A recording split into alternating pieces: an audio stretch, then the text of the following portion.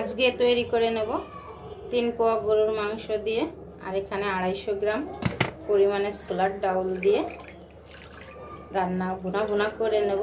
সেটা কিভাবে করব সেটা আপনাদের সাথে শেয়ার করব। গরুর মাংসটাকে কেটে ধুয়ে পরিষ্কার করে নিয়েছি, হাড় ছাড়া 3 পোয়ার মতো। 250 গ্রাম ছোলার ডাল ভালো করে ধুয়ে রাত্রে ভিজিয়ে রাখছি। 5-7 ঘন্টা ভিজিয়ে রাখার পরে ভালো করে ধুয়ে পরিষ্কার করে নিলাম। তেজপাতা, দারচিনি, এলাচ, লবঙ্গ দিয়ে একটু ভেজে নেব। রসুন ও পেঁয়াজ দিয়ে একটু ভালো করে ভেজে নেব।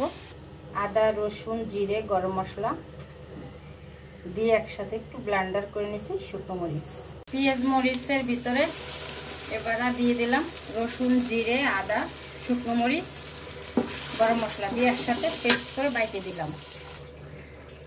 1 চামচের মতো হলুদ দিয়ে দিলাম।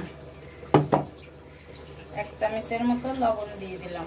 1 চিমটি পানি দিয়ে দিলাম কষানোর জন্য। দিয়ে ভালো করে কষিয়ে নেব। কষানো হয়ে গেছে, মাংসটাকে দিয়ে দিলাম।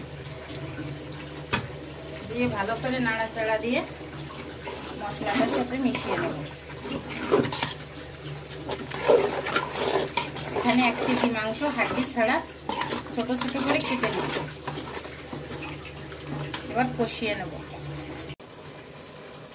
গোশটাকে ভালো করে কষিয়ে নিচ্ছি। এখন এর ভিতরে দিয়ে দেব ডাউলটাকে সিদ্ধ করে রাখছি। ডাউলের লবণ দিয়ে সিদ্ধ করে ডাউলটা দিয়ে দেবো। দিয়ে ভালো করে নাড়াচাড়া দিয়ে মিশিয়ে নেব। ছোলার ডাউল ও মাংসটাকে দিয়ে এবার ভালো করে কষিয়ে নেবো এই পানিটা দিয়ে।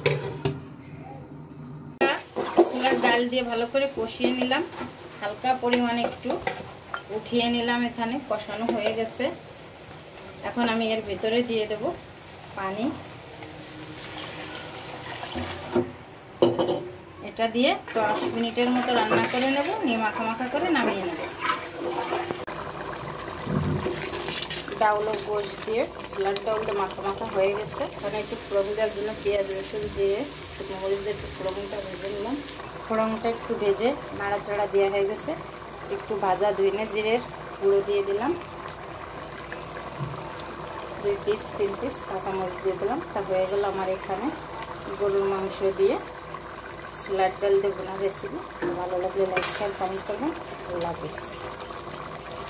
ছোলার ডাল ও গরুর মাংস দিয়ে